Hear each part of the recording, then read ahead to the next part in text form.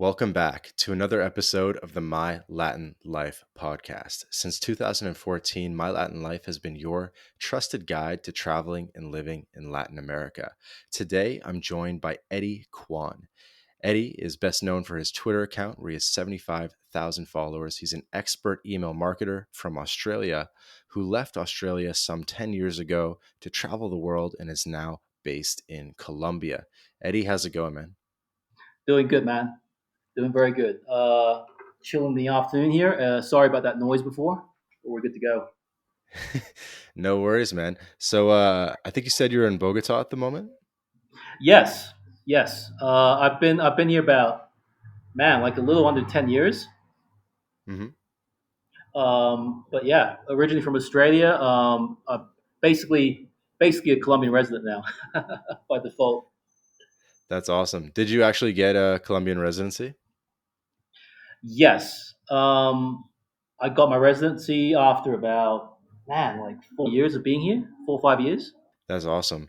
So I was thinking maybe to kick it off, you could tell us a little bit about your personal journey. I think a lot of the listeners will probably know you from Twitter. You drop some really good threads and provide a lot of value about how to grow online brands.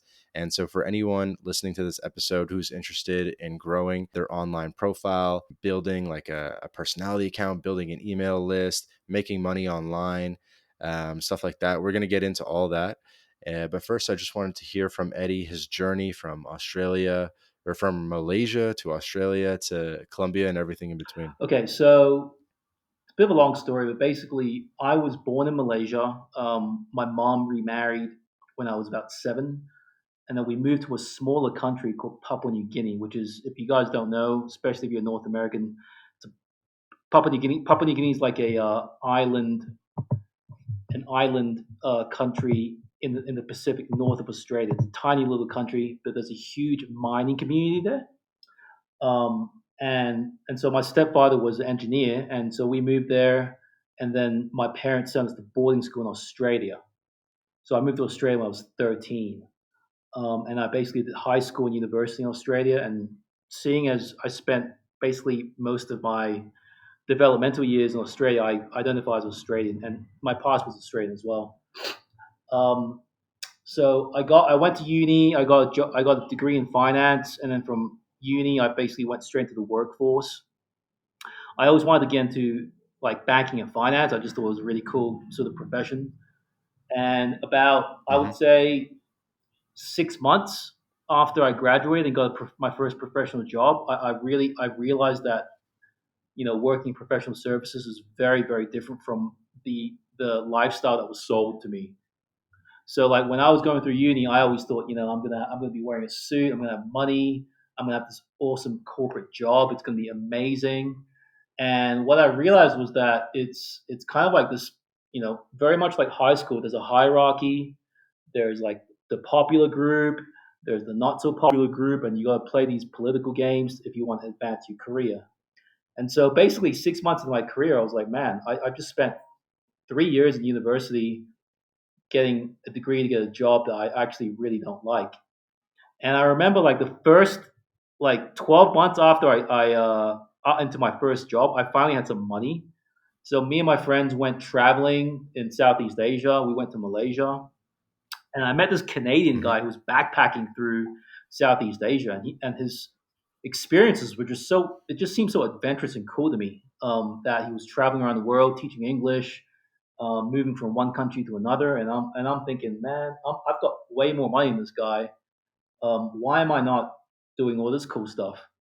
So I had a plan because I part of my corporate job was they were going to pay for my master's degree, and so my plan and basically if you stay with the firm 12 months after you get your master's, they pay for everything. So I thought, all right, this is my plan. I'm going to go back get my master's, work for 12 months to pay off my debt, and then quit.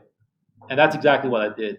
And but then after I left the job and went traveling, 6 months into that, I was like, well, there's no way in hell I can go back to a regular 9 to 5.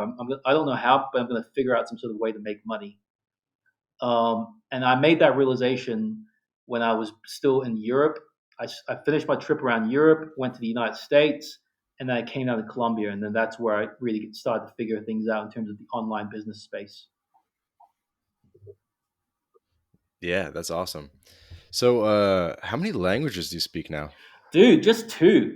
So it's weird. It's kind of embarrassing actually. I was born. So my parents are Malaysian Chinese. So I don't know if the listeners don't know much about Malaysia, but there's three key languages in Malaysia. It's Malay, that's the official language. There's Mandarin, so like Chinese Malaysians, like my family speak Mandarin, and then there's Hindi, right? So my family spoke Mandarin, but because my mom remarried my stepfather, we were we were basically obligated to speak English at home, and so I lost my Mandarin. I still sort of understand a little bit of it when I watch a movie. Like I'll pick up on words, but I can't converse in Mandarin, so I can Hmm. only really speak English and Spanish. Okay, so you don't speak Malay either. No, man, not at all. The thing is, like, I left because when I left when I was seven, and I we used to go back every year to visit like my grandma and stuff. And then over the as we got older, we just went back less often. My mom still goes back, but I haven't been to Malaysia for like over 10 years, and I don't really have I don't have a unfortunately I don't have a strong bond with all my extended family in Malaysia, and I haven't really kept up with the culture or the language. Hmm. And Papua New Guinea is a pretty cool thing. I know. I almost don't know how much it's a country versus not a country because I know it's part of the British Commonwealth. And yeah, I mean, what was it? What was it like to be there? I know it's kind of a crazy place because it's like thousands of tribes. They all speak different languages. It's one of the most ethnically and linguistically diverse places in the world. Um, what was it? And I heard it's pretty damn dangerous. What was it like to spend time in Papua New Guinea?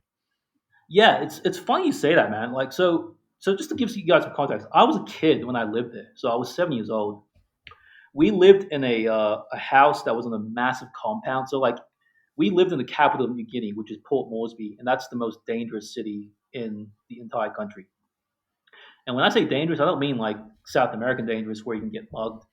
Like I'm talking like violent dangerous, you can get killed, right? So Hmm. all the expat families, they all live in these private communities with like barbed wire fencing, private security guards, um, much like how you would think the ambassador or of Canada, for example, would live in Colombia, right? He would live in like a gated house with Right. private security. That's pretty much how all the expats live in New Guinea.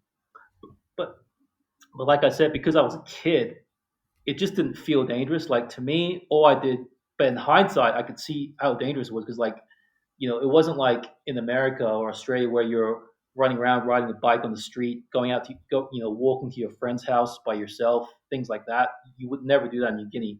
In New Guinea, it's like your mom's going to drive you to someone else's house. She's going to, have the parents' phone number. She's gonna come and pick you up, in her car later on. Like you're never on the street on your own. But to me, like I said, at that time, it just felt normal to me because that's it didn't in my mind. I never thought it was dangerous. It was just life. But in hindsight, yeah, definitely very very dangerous. Hmm. And in Australia, when you were going to university and then working after, were you working in investment banking and doing sort of like mining M&A, or No, what no, specifically in financial services? no. I had a weird background. So I wanted to become. My goal was to become a chartered accountant, which is for the North. I think it's called CPA in America. It's like different. Yep. But basically, I wanted to be a chartered accountant. So I got a job at one of the big four firms, Ernst and Young. And my long term goal was to eventually go into investment banking because that's where the money is. But like I said, I realized the reality of the corporate world way before I even did anything serious to get into investment banking. So that never happened. But yeah, dude, my original goal was to become like a Wall Street banker and like make tons of money with M&A deals and things like that. But like I said, 6 months into my journey, I was just like, this is not exactly what I thought it was going to be. Yeah. No, that's good. I mean, you made a important decision before the golden handcuffs set in. Yes, exactly. And I mean, I'm glad I realized that very early on because, I could be, I may have spent decades going down that path, doing something I didn't really want to do. You know. Hmm. And so I was actually kind of scrolling through your Twitter to get some ideas for this conversation. I'm trying to pull it up now, but at some point you were, you were like approaching 30, you were kind of overweight. I don't know. You've told the story a couple different ways. You wanted to quit the 9 to 5, and I wrote that you quit with no backup plan or income. So I'd love for you to just go into a little bit more detail about what that aha moment was for you, and kind of what your first steps were after quitting. Okay, so I had a couple of advantages. Okay, when I worked at my 9 to 5, I was still living with my parents, right? And that's one smart thing I did. Like living with my parents allowed me to save a ton of money because when I was working for that firm, my only expenses were really drinking and going out. So even though that's that'd be quite expensive living in Australia, I wasn't paying any rent because I was living with my parents. So I was able to save up a lot of money. And my actual original plan wasn't to quit like entirely. It was to take a leave of absence for a year and then like move to America. But like I said, 6 months after I started backpacking, and I had a complete like red pill moment. I was like, "There's no way I'm going back to the corporate job ever again." And I basically just took a leap of faith. Like, I was like, "Well, look, I've got all this money in my bank account. That's going to last me a couple of years. In that couple of years, I don't know how I'm going to do it, but I will figure it out." And I know that sounds stupid. I'm not recommending people do this. Okay, in my case, as you'll soon find out, like it held me back for a few years, not having that income. But it's just it was more. It wasn't a smart decision. It was more me being stubborn about the fact that I just cannot stomach even another day in a corporate environment.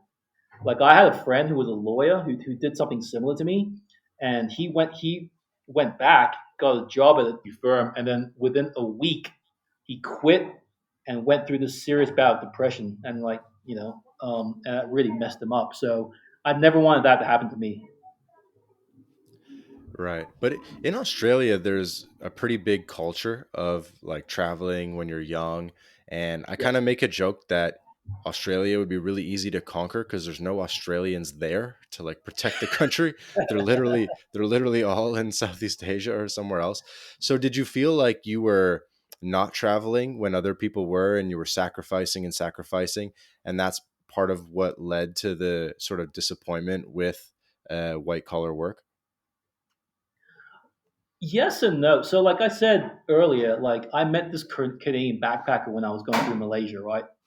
But I think when it comes to like Australians in general, Australians have this like island mentality. Like you guys have to understand, like we are so isolated from the rest of the world that we feel compelled to leave the island. Hmm. Like for example, like to fly from Australia to Malaysia. Like when I was a kid, we used to go visit my family. That's an 8 hour flight, right?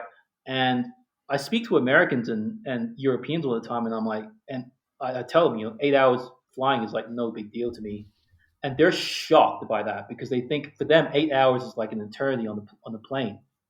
But I tell them like to Australians, 8 hours to get off the island, that's a pretty like average Hmm. journey, because Right. we're just so far away.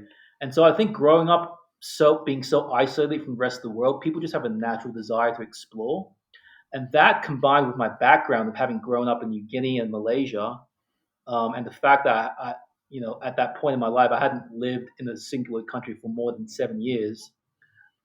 Like every 5, 10 years, I get anxious. I feel like I have to move to a new country. Like now that I've been in Colombia for 10 years, like I feel I need to move to a different country now, just because I've been here for so long. So, what was your first Latin American country that you visited, and what year was that? All right, so this is 2000 and let me think about this. 2012, I think. So I like I said, when I quit my job, I bought a 12-month round the world ticket. So that took me to Southeast Asia, Europe, and then North America. When I was in high school, I had a dream to always do a road trip through the United States. I read the what's the name of that book by Kerouac, On the Road? Is it? Yep, yep, Jack Kerouac. yeah, so that book influenced me massively when I was 16, and I always wanted to just get like a secondhand car and drive around the United States. So I was able to fulfill that dream at the end of my backpacking journey, and I wound up in Florida, in Fort Lauderdale. I wanted to go to South America. I knew I wanted to speak Spanish, but I didn't know where to go. So originally I was going to go to Guatemala because someone had told me Antigua was like a really well known town for tourists to learn English. So originally I was going to go to Antigua, Guatemala, but I'm American guy I met who's from Boston. He was like, no, no, no, no, no. You don't want to go to Guatemala. You want to go to Colombia, and you want to go to Cartagena, Colombia, because that's where all the women are. That's where the partying is. You're gonna have so much fun in Cartagena, Colombia. And so that's Hmm. what I did. I found a cheap ticket on Spirit Airlines, and I bought a one-way ticket from Fort Lauderdale to Cartagena, Colombia. That's awesome. So Colombia was your first Latin American country. I know you've traveled to some of the other ones now, but you Yes, basically made Colombia your home. yeah, man, yeah. And it's funny. Like I went to Cartagena because Cartagena kind of I felt at the time anyway, it's got every single sort of Latin American stereotype that you would expect it to have. The music, the people, the language. Hmm. Yeah, it's a first destination that I imagine might throw some people off. Yeah, it's quite so. I don't want to get into too much in Colombian politics, but basically, I believe like early 2000s, it was still kind of dangerous. So I got to 2012, and it was, it had been sort of safe for a couple of years. But like 5 years before I got there, it was still considered really dangerous, and you just no one would really go there. Kind of like Hmm. what Venezuela's like now. Like just people just wouldn't even consider it. So Right. tourism. So I kind of got there right before tourism really boomed in Colombia. The golden days. And to be honest with you, man, it's still kind of behind in many ways. Like for example, most people still can't speak English. It's not like I don't know Mexico. I guess in certain areas in Mexico, you can get away with speaking English. Like you cannot do that in Colombia. Maybe Cartagena. That's about it. Hmm. That's awesome. Um, yeah, so we're gonna kind of in this conversation probably weave a bit between Latin America stuff and building online business stuff. Okay. Um, I was reading kind of your a lot of your like website copy and stuff, and it says that you help people build one man online businesses so that they can quit the 9 to 5 grind and become a sovereign individual.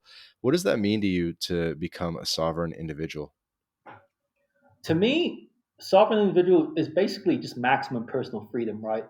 Like the thing I didn't like about working a 9 to 5 was, I just and I know a lot of entrepreneurs feel this way as well. Like I just didn't like being told what to do because when I was in university, I thought that once I'm an adult, once I have a job, then I'm a free man. Like I'm making money, I can do what I want. But it's just not the case. Like in a lot of corporate environments, you're literally treated like a child.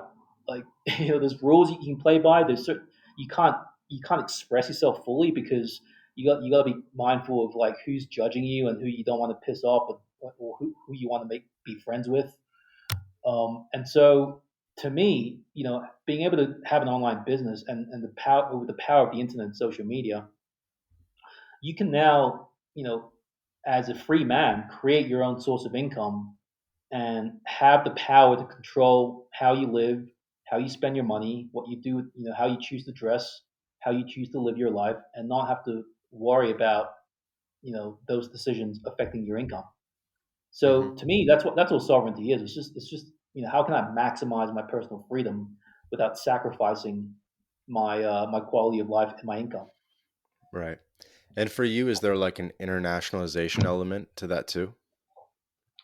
What do you mean?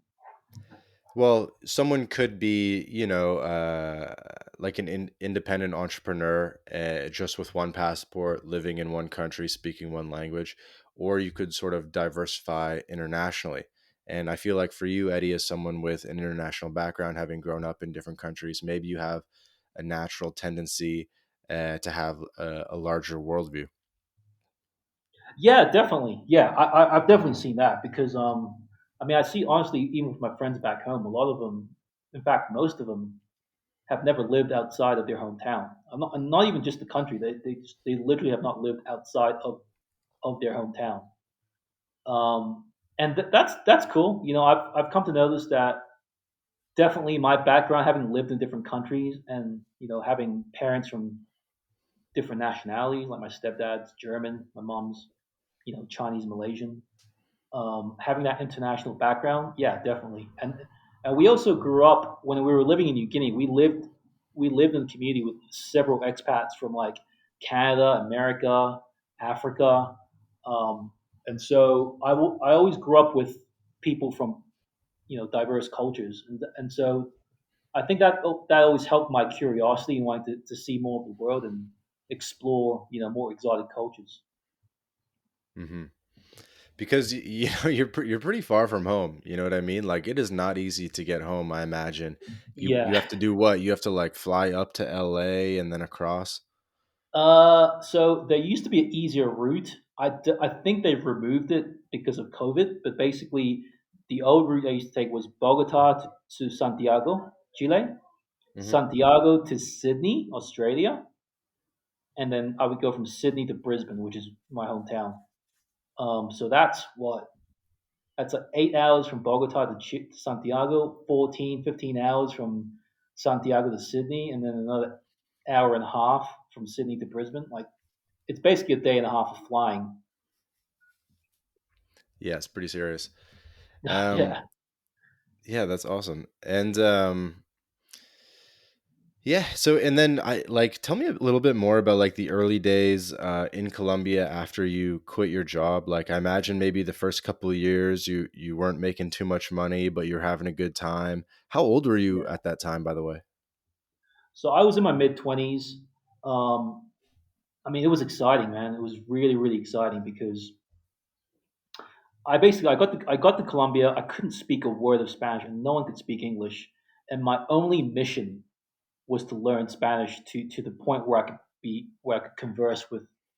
I could be conversationally fluent. But what I mean by that, maybe not have the perfect grammar, but if I could just converse with any random person, I would have been happy. Hmm. And so that desire to speak the language kind of like motivated me for the first, let's just say, 6 to 12 months. And for those of you who don't know, when you move to a new country, the first 12 months is super exciting because you're in this brand new environment. So all your senses are getting really intensified. You're meeting all these fantastic people. You're learning the local customs. You're learning the local culture. You're meeting new people all the time. And so like that first 12 months, man, it was just exciting. That's how I would describe it. It was just exciting. Everything was new. Everything was adventurous. Hmm. Um, but yeah, it was just a ton of fun. Ton of fun. It must have been super cheap back then. Oh, dude. Um, I mean, yes and no. Like the thing is, so the dollar right now, the U.S. dollar is buying a ridiculous amount of pesos, like 4,200, 4,300 pesos. Back in the day, a dollar was buying 2,800 pesos. So the dollar has strengthened, but at the same time, as you say, the cost of living was really low back then in pesos. Like, uh, you know, like one just to give you guys an example, like in Colombia, it's very common to have a set lunch meal. They call it almuerzo corriente, and Hmm. that's basically you pay a fixed amount and you get a soup, a main, and like a little dessert and a fruit and some naturally squeezed fruit juice, right? So I used to, when I first came to Colombia, you could get a lunch for like 7,000 pesos, which is like a couple of dollars. Now it's like double that, right? You have to pay at least 15, 20,000 pesos to get a semi decent lunch. Whereas back in the day, man, you can get one for like a really good lunch for like 7,000 pesos, which was, like I said, a couple of bucks. So yeah, it was dirt cheap back then, dirt cheap.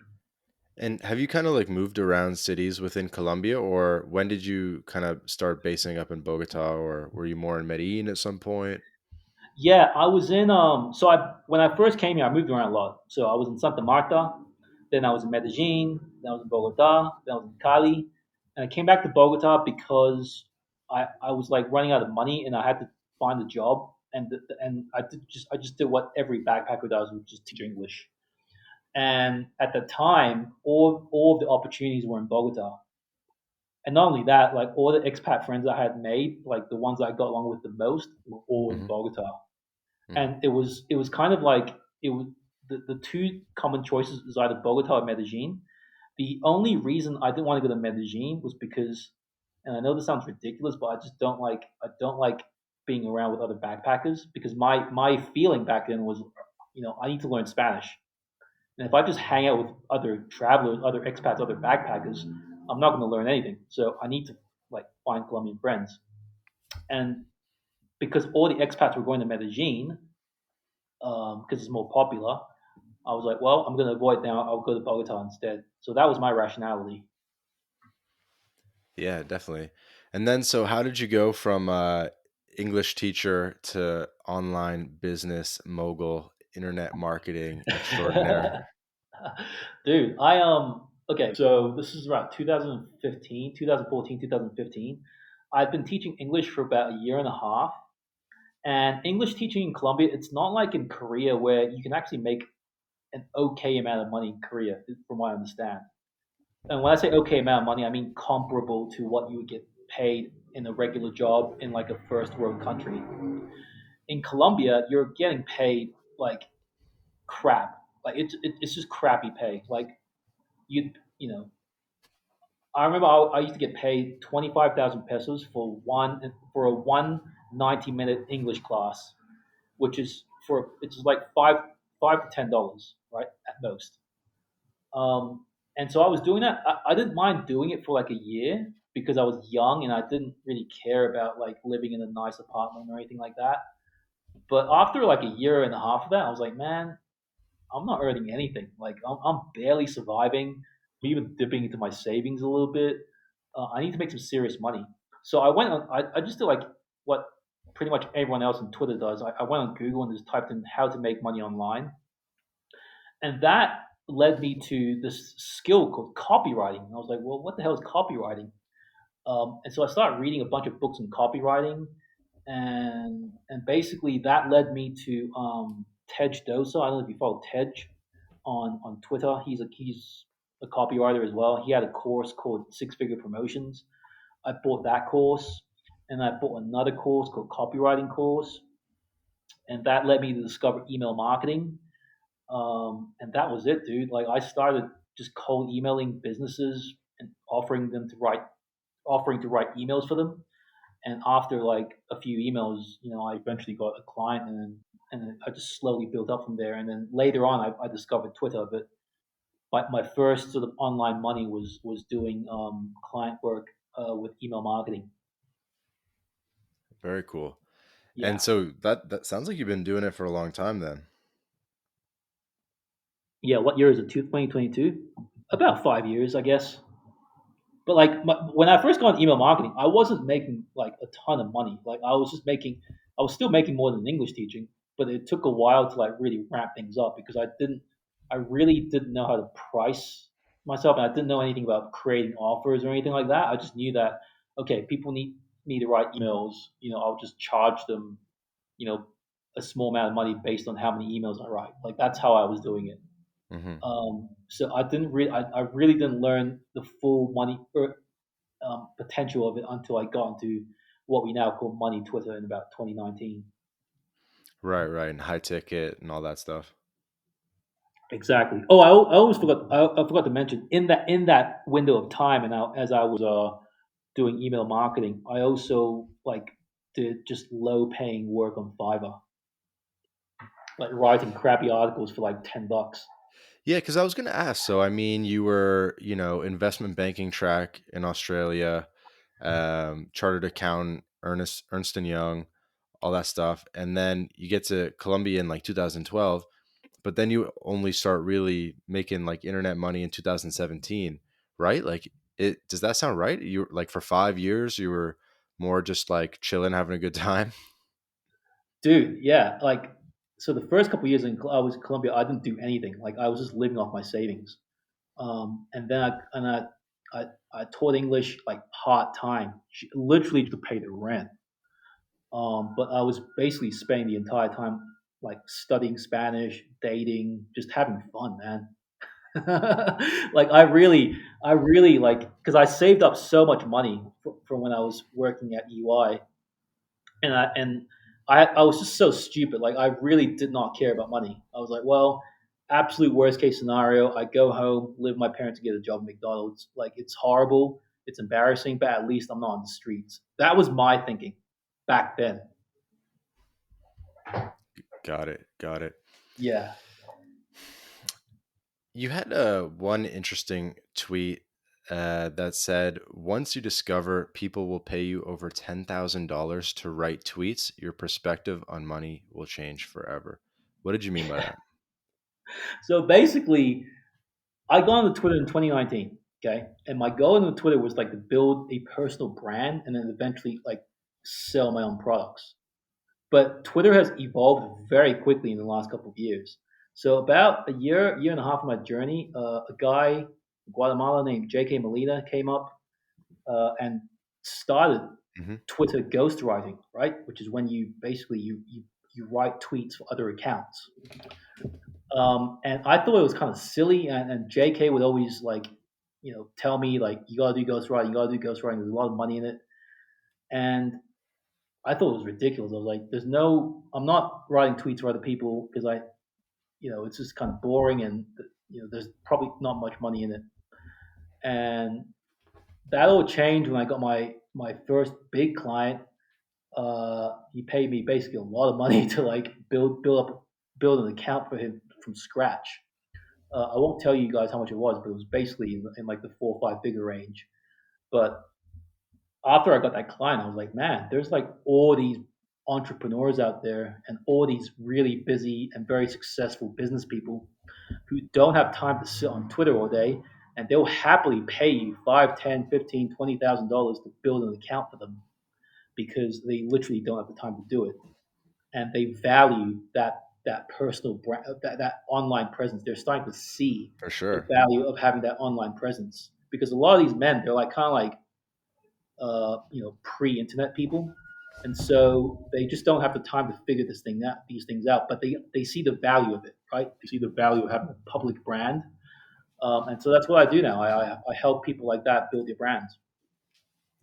Okay. So you take someone with no Twitter at all and Yeah, say, hey, I'm going to make a Twitter for you and I'm going to build it up to whatever, 10,000 plus followers. yeah. I basically asked them like, why do you want a Twitter profile? And most of the time, it's like, like I said, these are like people who are successful. They have a ton of money. They have a ton of. They usually have some sort of business going on that's very successful. And what they're looking for, they're at the stage of their career where they're looking for like deals that that they can. They're looking for like to build their network, and they're looking to build their digital Rolodex, for lack of a better phrase, because they've spent their entire career, building their business.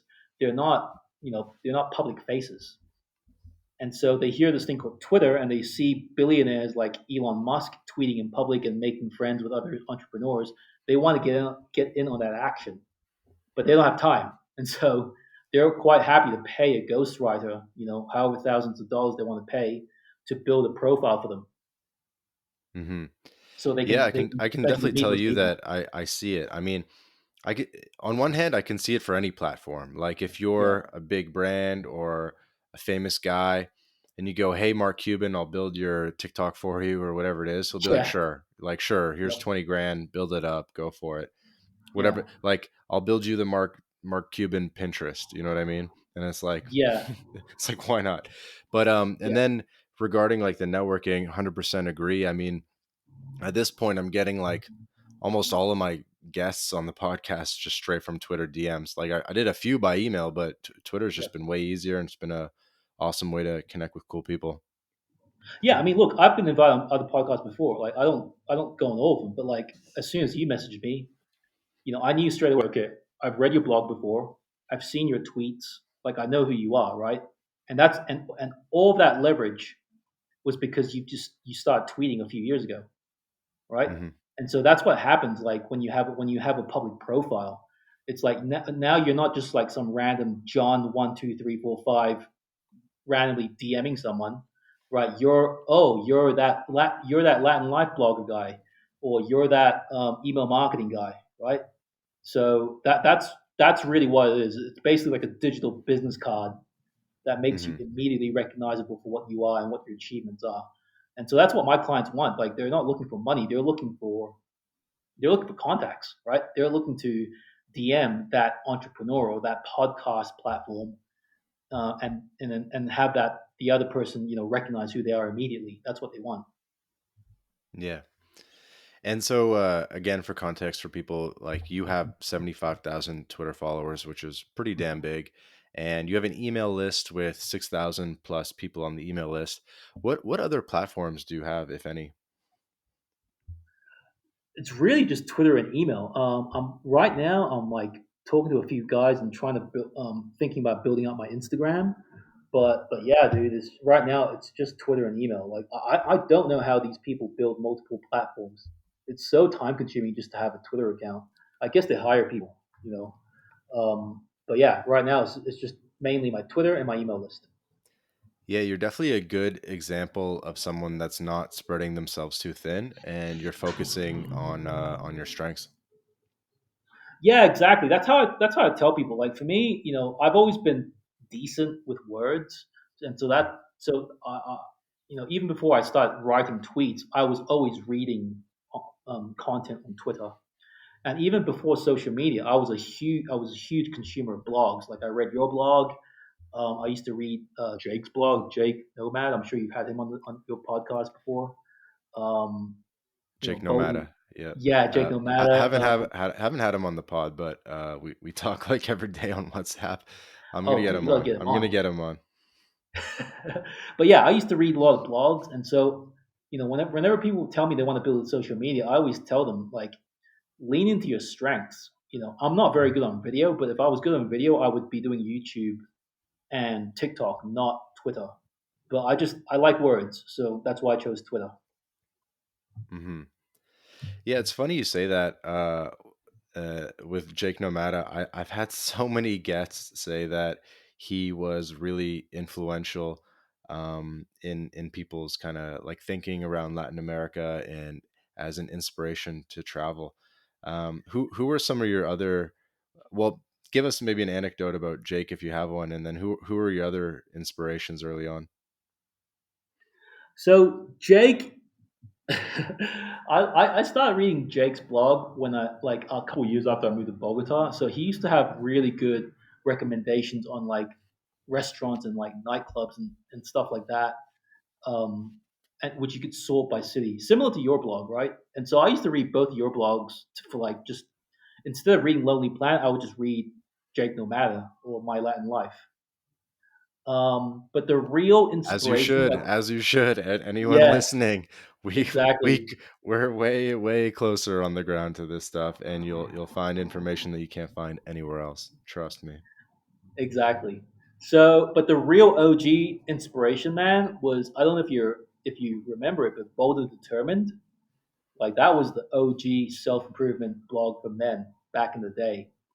Um, Hmm. and I it, that, yeah, I actually never I literally never read it. I know it's Victor Pride, right? yes, yes, I kind of just learned about it from Kyle Trouble talking about it, and I think a couple other ah, people, but and I think okay, some people even worked for Victor Pride. I think Dylan Madden worked for Victor Pride a yes, little bit out in yes, LA, but I didn't. So what was special about Bold and Determined? okay. Here's what was unique about Bold and Determined. Like, it's really hard to create self improvement content for men without being cringe. Um, and I'm sure if you guys spend time on Twitter, you'll know what I'm talking about. But like, there's a lot of accounts out there who who have that sort of alpha, get after it, be disciplined, self improvement style content, and it for some reason or not, for one reason or another, it just comes off as cringe because it's just not authentic. Victor had a special way with words, man. Like the way he was able to write, you know, sort of like platitude, sort of self improvement content, and still be really authentic about it. Hmm. and so he just had a special way, just the way, you guys, everyone listening to this podcast probably knows and is observing the way Andrew Tate's blowing up on social media. That's how Victor was blowing up with blogging back in the day. Like he just had a certain voice that resonated with young men. And at that time, I was in my mid 20s. I was kind of lazy. I mean, like I just told you guys, I was basically partying for like 3, 4, 5 years straight without making any money.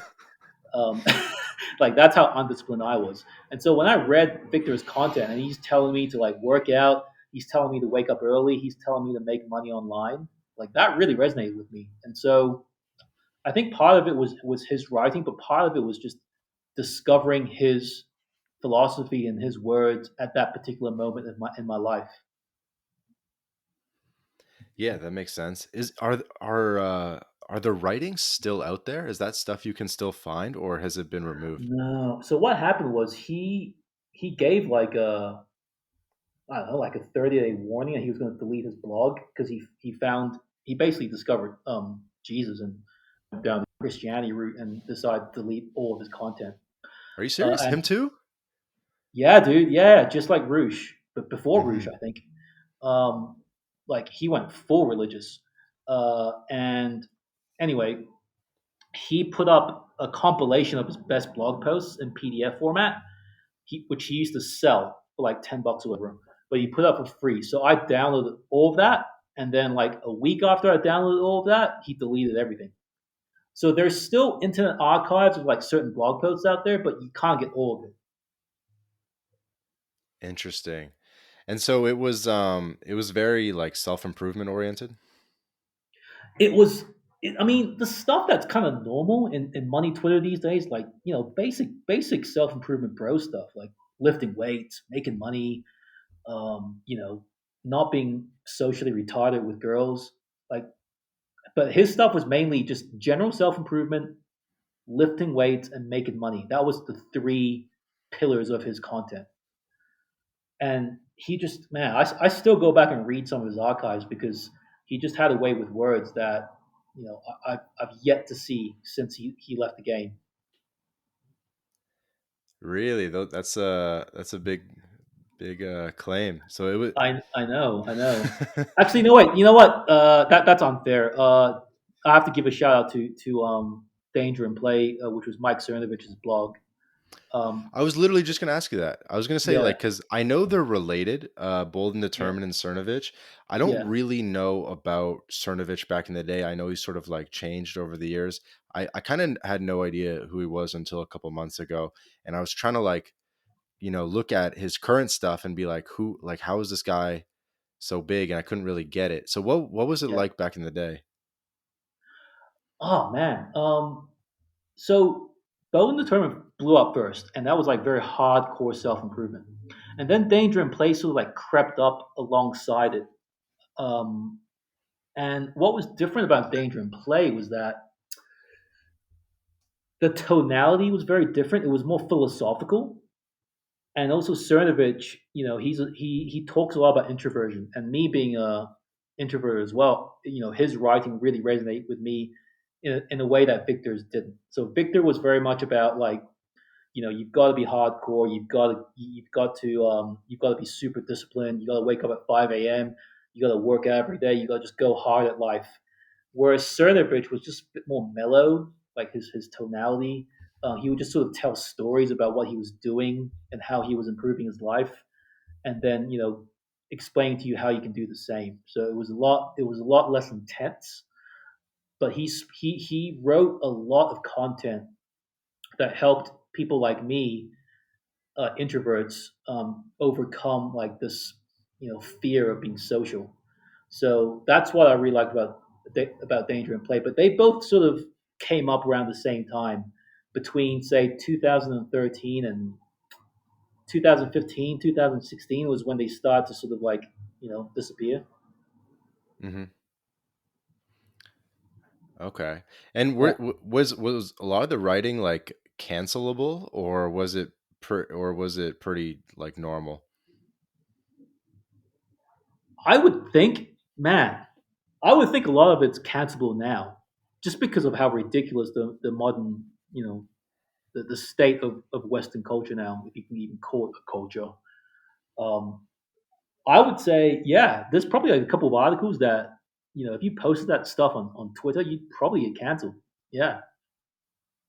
But I Hmm. mean, it's just kind of like normal stuff for me, right? But like I said, in today's environment, when everyone's kind of soft, yeah, it's probably cancelable today. But I wouldn't say all. I would say maybe 5% of what they put out was like super controversial. Fair enough. All right, we'll mix it up. That is, I do find it interesting to hear about sort of the history and how a lot of the main, like, I guess you could call them like Twitter personalities or self improvement people today kind of have their roots and their origins just from like a couple, like there's a common thread of inspirations, be it Victor or Cernovich or Roosh or Jake or a couple of these people. Yeah, for sure, man. It's been interesting to see that self improvement slash masculinity space evolve over time. It's been really really interesting, Hmm. But these and days, you're not especially really the part of youngsters. it. Like you're very No. business oriented with your Twitter.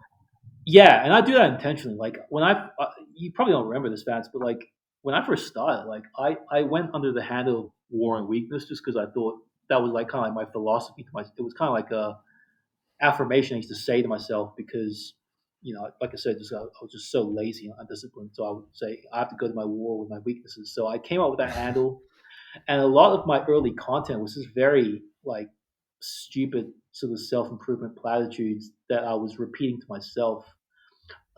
And then, once I figure out how to monetize my Twitter, you know, I'm gonna. I told myself I'm just gonna focus on business because that's really what matters now. Definitely. So speaking of business, so I think one of the most interesting things that I read from some of your sales copy is that you said that email is and always will be the most reliable profit pipeline in any business. Could you Yeah. elaborate on that?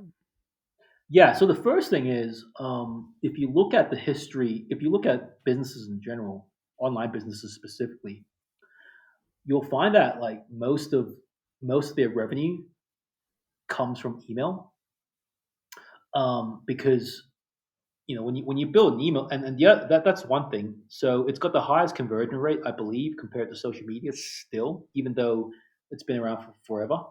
And that leads me to advantage number two. Email existed way before social media did. Like I remember I got my first Hotmail address, man, when I was a kid, like in like mid to late '90s. Back in the Hmm. day when you had no wireless, you used to physically walk to an internet cafe, log onto the internet, and check your email. And so, because of how long it's just been, of how prevalent it's been in people's lives, it's still the first thing people check. And so, obviously, you know, all internet money is just getting traffic and putting your offer in front of that traffic, right? And so, if you've got this guaranteed source of traffic, which is email, why wouldn't you take advantage of it?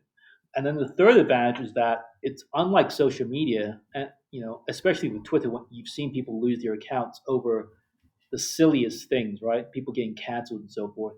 You can't cancel someone's email list because it's just a list.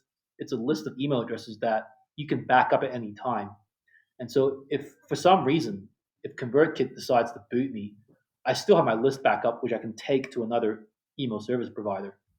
And so, it's just the most reliable source of traffic that you can generate for yourself. It's I would describe it like this. It's like owning your own newspaper or your own magazine, whatever you want to call it. Hmm. And so that's why it's so beneficial. I make way more money from my email list than I do from my Twitter account. Yeah, and I hear this over and over again. And I have an email list at my Latin life, and I haven't put pedal to the metal on it yet. So maybe you could, on this call, we could spit some free game for everyone listening, get into a little bit of email strategy, and I'll kind of benefit from it myself as well. So your email strategy, you really talked about a back end email marketing system. So what's the difference between just having like an email list and having an email marketing system? Okay. when people have most people, and this is like very simple but very effective advice. Most people, when they have an email list, they just don't keep up with it. So like if you build you can build emails today, get thousands of subscribers, but if you don't email that list regularly, those people will forget about you. And it's and when you start emailing, or if you email sporadically, you're gonna confuse your readers, because they're literally just not gonna know who you are, because people sign up to several email lists all the time throughout the year. So the difference between having a list and having an actual marketing system is really just boils down to how consistent you are. Like I said, like 90%, 95% of the lists I joined, they're just not consistent, right? Mhm. I've had emails before that come to my inbox, and I'm like, I have no idea who this person is. And it turns out it was a list that I joined, like a year ago. So that's one thing I would recommend. Pick a schedule. I don't care, even if it's like a weekly email. If you're going to do a weekly email, do a weekly email and do it forever. Don't just do it sporadically. That's really the big difference. It's just how consistent you are. Okay. And this is probably like the lamest question, but are you afraid that if you email consistently, people are just going to unsubscribe? Dude, I used to think this was a problem. So when I started my list, I would only email like twice a week because, as you just said, I thought it's going to get lots of unsubscribers. But what I've noticed is that if you email frequently, so I email 5 6 times a week, which is very frequent compared to other marketers. Selfishly, your writing gets better because you do it every day. But B, I've actually found that my open rates have gone up the more frequent I email. And I suspect it's because people appreciate the fact that you're showing up every day to give them advice. Because here's the thing, like if you're, my list is about marketing and helping people gain financial freedom through online business, right? And so I know for a fact that people, they need that daily encouragement because life is tough, man. Like it's really hard to motivate yourself. And so if they see me in their inbox every day, giving them advice, giving them value, telling them stories, helping them solve their problems, then when it comes to like promoting an offer, like it becomes an easy sale. I can tell you like straight up, the last 2 or 3 clients I've signed, I always like to ask my clients after they decide to go ahead and work with me, what was that motivated you to, you know, to reach out to me to want to work with me? And 9 times out of 10, they'll say, "Oh, it's because I read this thread 6 months ago, or I read this certain email, or I read this email last week." And so it's that consistent level of content output. It really really helps build your presence and build your authority, and it just makes the sale way way easier when you pitch your offer. Okay. And Yeah. so, what's like a good mix of emails? Like, is every email sort of one off, or are they sequences that Monday flows into Tuesday, flows into Wednesday, or are they somewhat unrelated? It's a bit of both, but the way I do it is it's going to sound just so boring and simple. I wake up every day, I sit at my computer, and whatever lesson is on my mind, whatever story is on my mind, I turn that into an email. So to me, it's kind of like it's a marketing tool, but it's also kind of like a journaling thing for me. Also, I'm sure you have the same thing. Like when you get the most random ideas in your head all the time. So I have a notepad on my phone. It's literally called emails. Every time I get an idea, whether I'm at a coffee shop or a restaurant, walking around, whatever, I just write down that idea in my notepad. And so every morning when I sit down to write, I have this notepad full of hundreds of ideas, and I just pick one from that notepad and turn it into an email. Hmm. Or I have something that's really pressing, that's on my mind that I just have to get off my chest, and I'll turn that into an email. Yeah. Okay. Yeah, I've heard stuff like Yeah. that before. And then, how many of these emails are like pure, uh, like create adding value versus like funneling to your Gumroad and stuff? Are you funneling to your Gumroad at the end of every single email, or just like a small portion of them? Or So my advice to people is you should always be promoting something. So it doesn't necessarily have to be a link to your Gumroad or whatever. It could be a link to like a video that you watched or a YouTube that or a podcast that you heard. But you mm, always want to be promoting a link in your email, and here's why. You're basically sort of you're training your readership, your readers, to follow your action. And so if I put a link in every single one of my emails, my readers know that when there's a link in Eddie's email, they have to click it. And so by the time, and so when I every now and then when I do promote a hard like a just a direct sales email, it's not a big surprise because they've been trained by me to click my links. So that's my answer. I don't necessarily promote a product, a paid product in every email, but I always promote some sort of action. So like I've had emails before where I just link to podcasts because it's an interesting podcast that I heard. Um, but that will train people to click on your links, and that's what you want. all right, so you're going to be linking to this episode on one of them. Absolutely, I will be.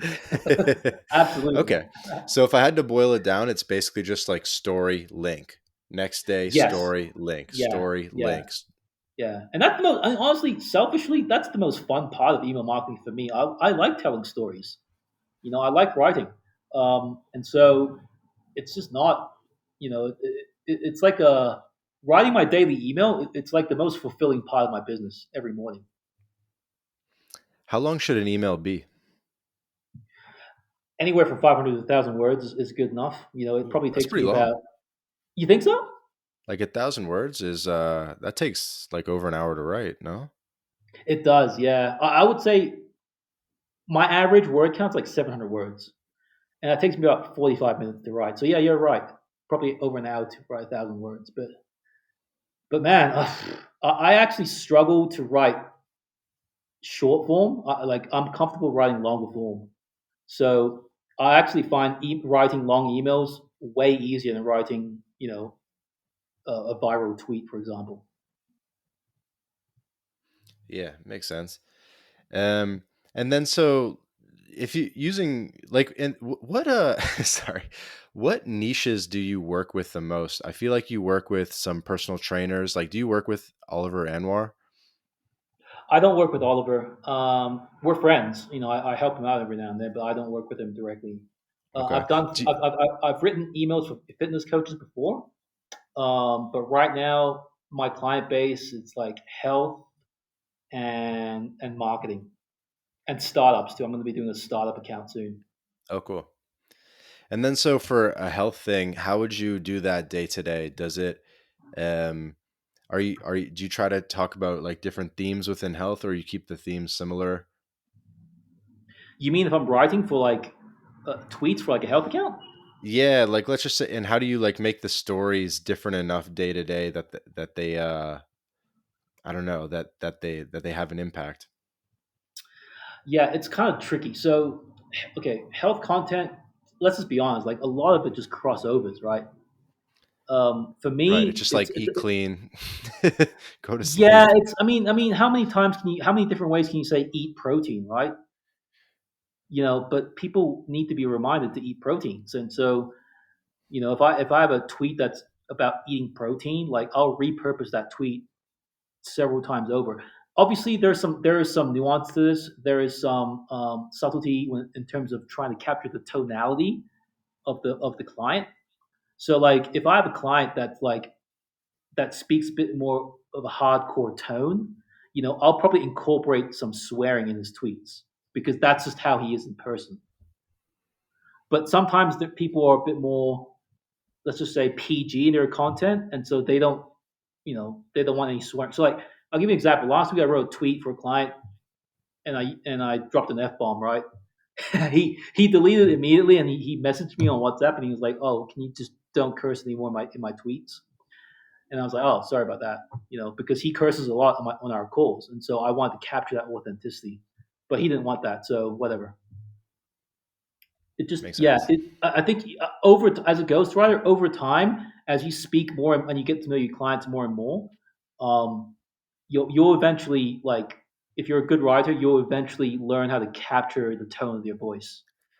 But in terms of the actual content, yeah, one of the things I do on my onboarding interview is I always ask them like, what's the books they read, what's the podcasts they listen to, what's the videos they watch, and I spend a good portion of my time going through all that content to like learn about health and stuff because I personally don't, you know, before working with these people, I really didn't know much about health and fitness and stuff like that, but I just had to learn because that was my job.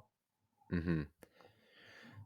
Okay, let's double down on storytelling for a second Yeah, because I think, in your opinion, that's probably one of the most important aspects, not only of email marketing, but perhaps all of marketing.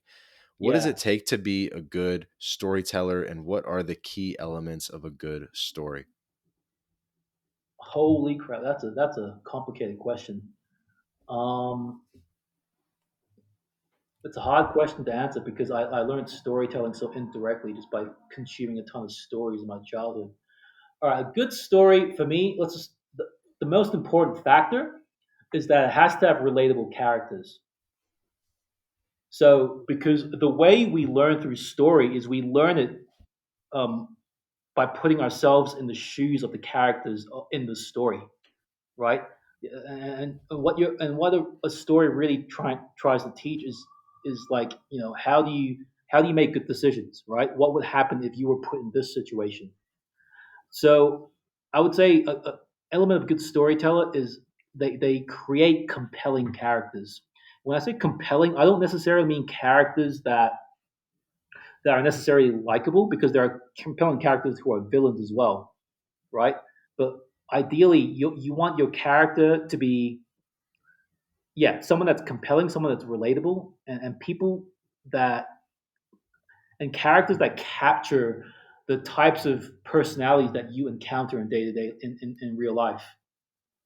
Hmm. The best storytelling advice I've ever gotten, I think it was Kurt Vonnegut who gave this advice. I don't know who it was. It was definitely a famous author, but he said just if you want to, if you're stuck on ideas, just write a likable character and then put him through hell, and that's essentially what a story is. You're seeing how the character goes through this journey, and so that when you eventually go through that journey, you're not as shocked as you could have been. And what can you do to increase the relatability? Do you appear more vulnerable, or appear slightly dumb, or I think you have to write. You have to you have to meet people. That's the first thing because you can't really write interesting characters if you don't know how people think, right? I mean, there's no surprise that all the greatest authors in the world, like guys like Hemingway, Ian Fleming, guys like that. Steinbeck is another one who I love. They all lived really adventurous lifestyles, right? Mhm. And so all of that direct life experience translated into their writing. And so I feel that as a writer, whether it's like copywriting or you're writing fiction, you have to go out and like live an interesting life and like go on adventures and experience things. And all of that direct life experience, it will come through in your writing, right? But really, when you're writing a good character, it's really important that you talk about not what the person is doing, but what's going through their mind. Like, how are they thinking about the situation? How are they making decisions? What insecurities and emotions are they feeling? That's really what you want. You want to get into the person's head. Right, right. Like their biggest preoccupations. Yeah, So exactly. let's just say it was like move to Latin America. You'd get in the head of someone, you'd get in the head of an Australian or a Canadian, and you'd Yeah. say, what is their biggest preoccupations about moving there? And you'd Yep. probably tell stories that illustrate that your family's going to be fine. And, Yeah. you'll be able to find healthcare and that kind of thing. Yeah. Exactly. Like if I'm writing sales copy for like a online business product, let's just say, and I want to appeal to like a 9 to 5er, I'm going to start the story by talking about the frustrations that I felt, when my boss got upset because I left at 7 p.m. when my colleague left at 8 p.m.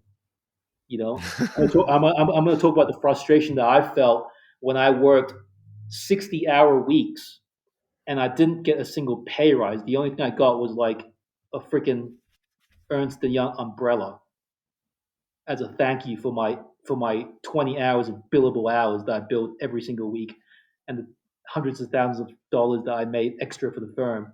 And in exchange for that, I only got a shitty umbrella. You know, I'm going to lean into that. Hmm. Yeah, definitely makes sense. Definitely makes sense. Random question: why does everyone use Gumroad on Twitter? Oh, dude, it's just easy.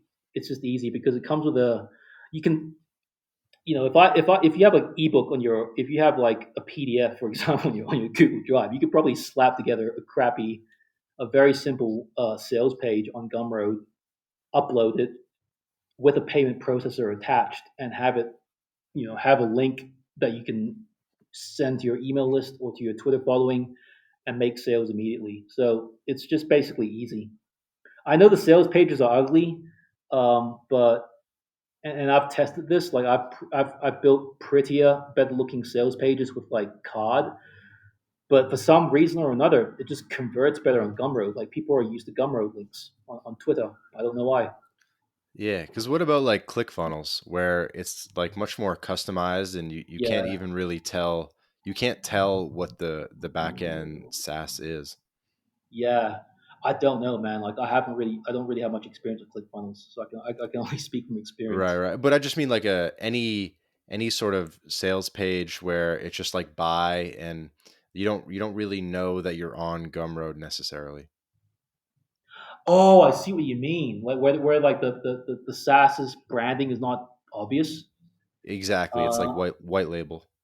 yeah, that's a great question. I would say Card is kind of like that. I don't know if you've used Card before. It's like CARRD. CARRD, double Yeah, R. dot co. Yeah, Uh-huh. you can put up some pretty slick sales pages with that, but there is not as on the back end. Like there's not much.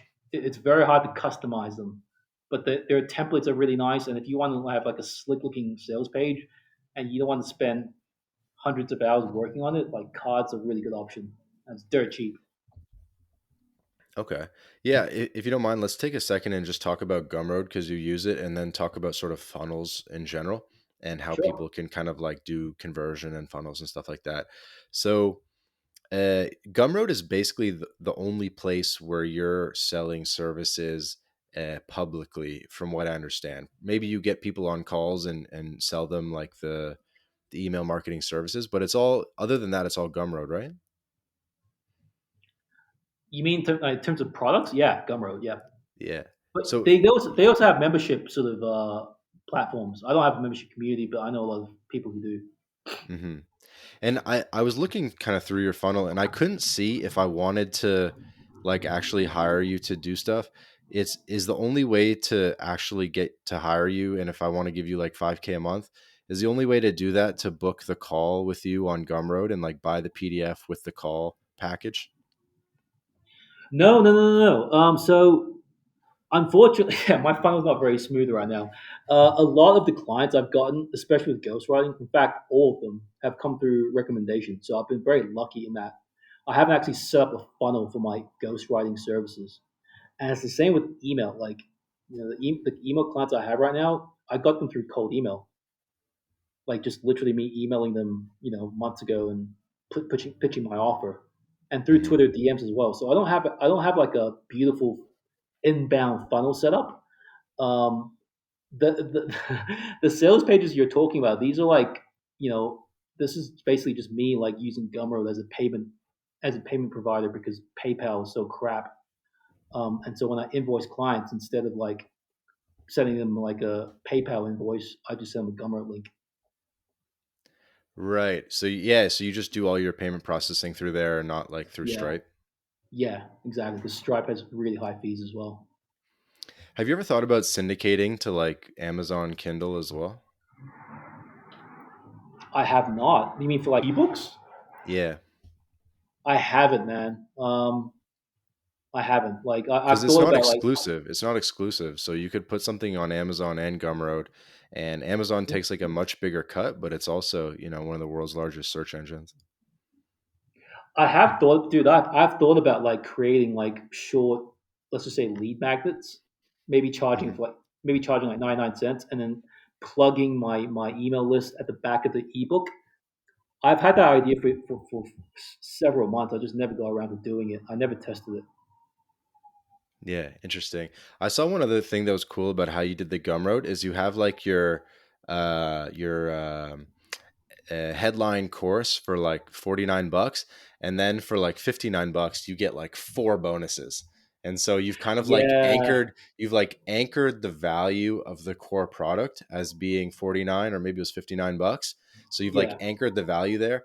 And then someone reads that and they go, "Oh, but I get like four crazy bonuses for only another 10 bucks." yeah, Like obviously I'll do that one.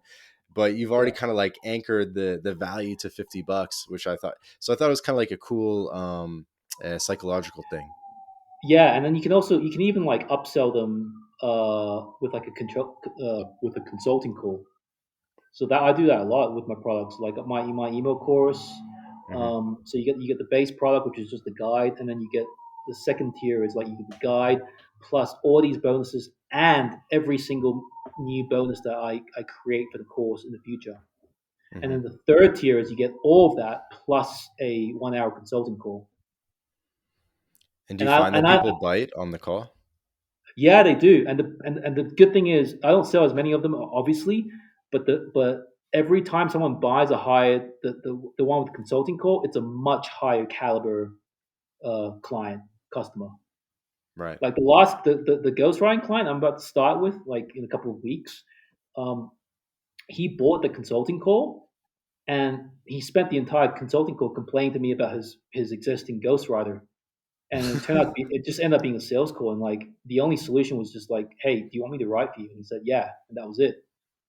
Um, so in that situation, he paid me for the consulting call for me to sell him my writing services. Yeah, that's awesome. Um, so hopefully, like for the audience, this is helpful because what's cool is that Eddie only really directs people to two places. It's join.eddyquan.com and it's Gumroad. And on Gumroad, he's basically selling one product, but with like different tiers. So I think what you're doing a good thing where you're not confusing the client. You're just sort of, um, tiering it to how much value they want to get out of that one product. Exactly. And then I even tried, what I tried to do in preparation for this call is I tried to play around with your URL and see if I could remove join.eddyquan and just go straight to eddyquan.com.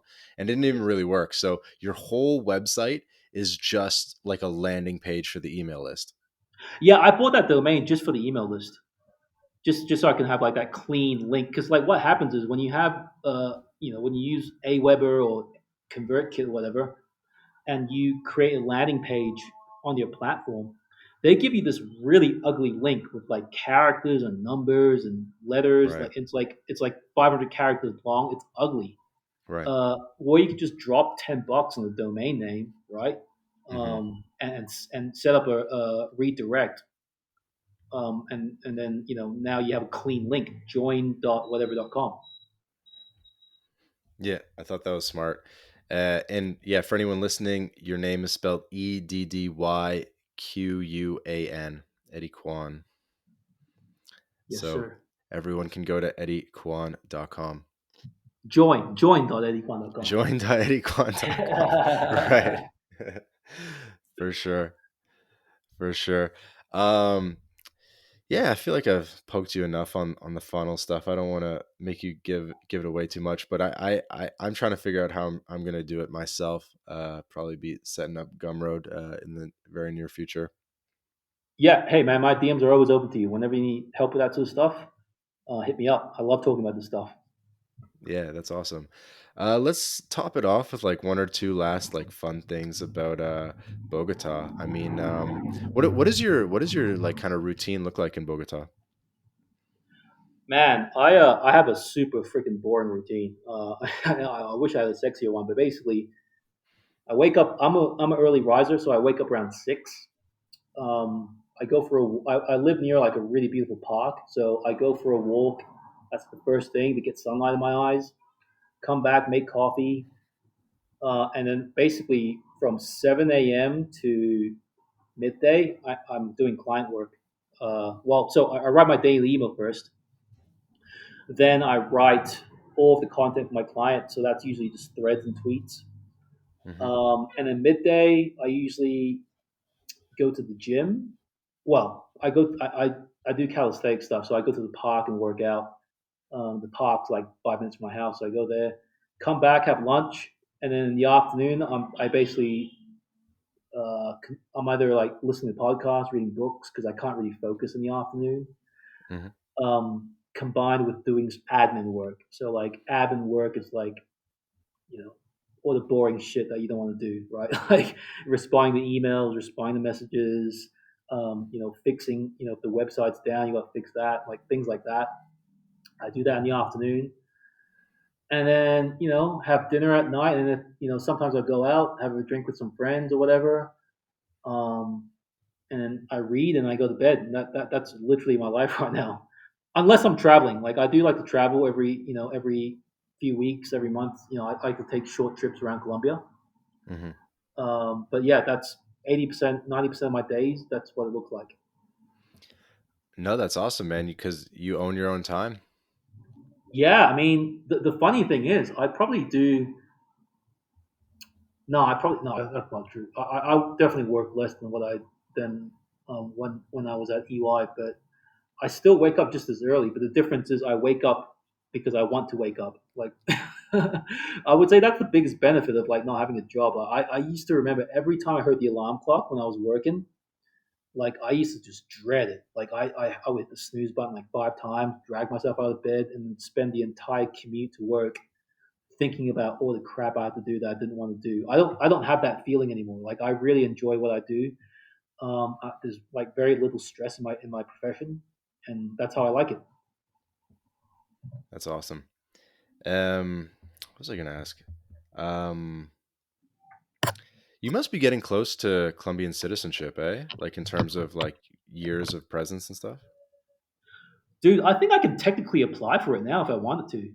I actually spoke to a friend about it, but there's a couple of hurdles I just can't be bothered jumping. Like they have a citizenship test where you have to Hmm. read the constitution and answer a few questions. I heard it's a very, very, very easy test to pass, but I just can't be bothered reading the Colombian constitution.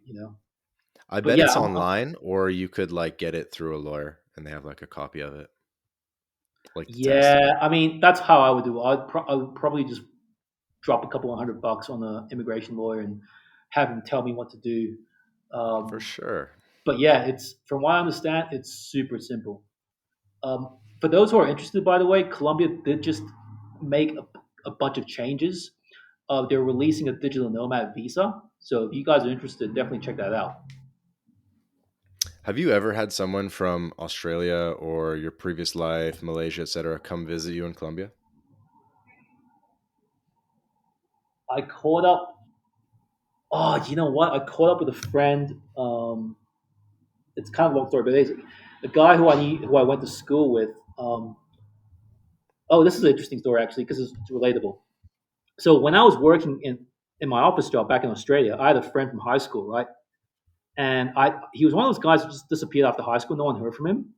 And the rumor was that he had gone to Brazil, married some beautiful Brazilian chick, got her pregnant, and was like making a ton of money in his new job in Brazil.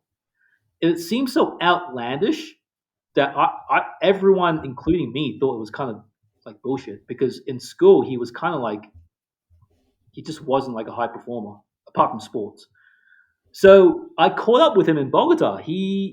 And it turns out his entire story was true. He met this beautiful Brazilian girl in Brazil, had a kid with her.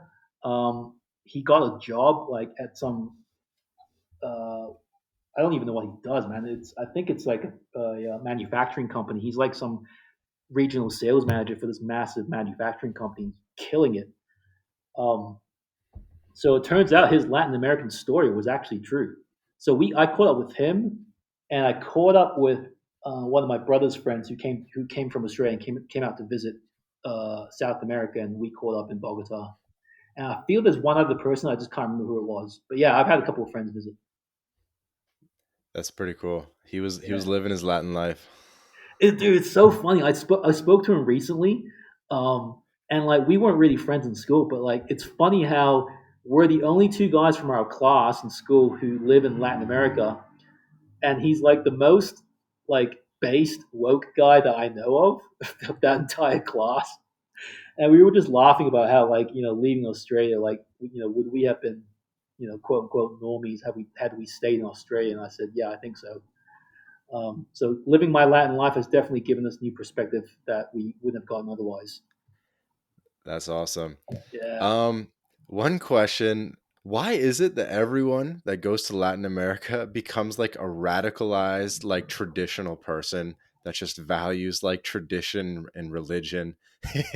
You know what I mean? dude, And like hating woke stuff. it's because you're surrounded by it, man.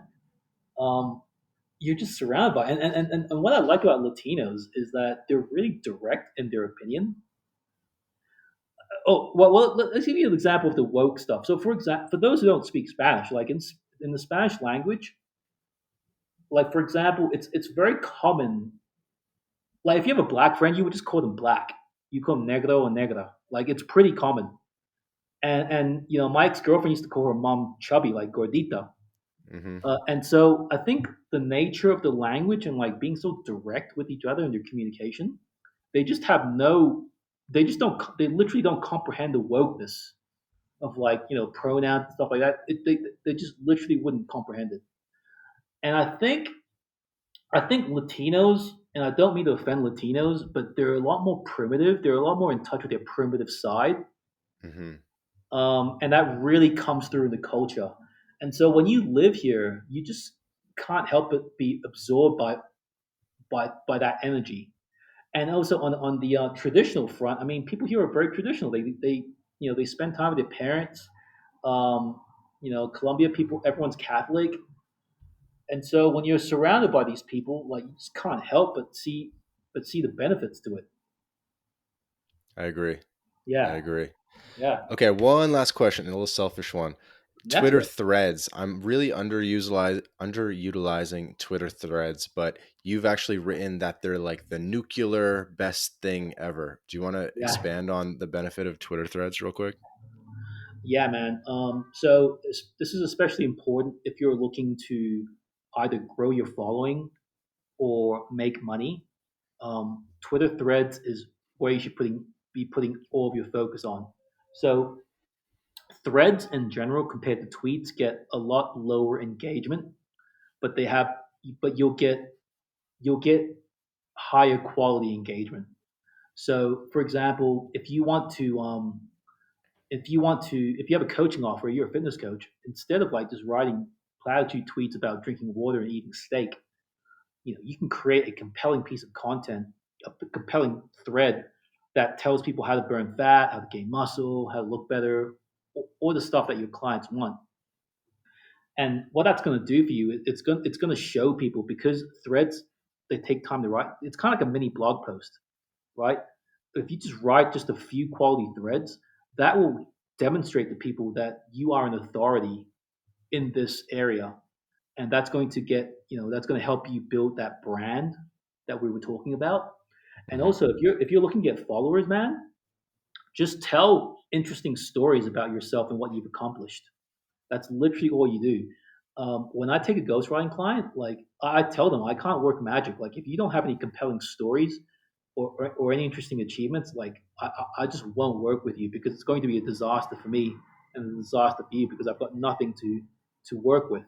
But if you're someone who's like built businesses, you've traveled, you've done all this cool stuff, all you have to do is just turn those into stories and put them in thread format.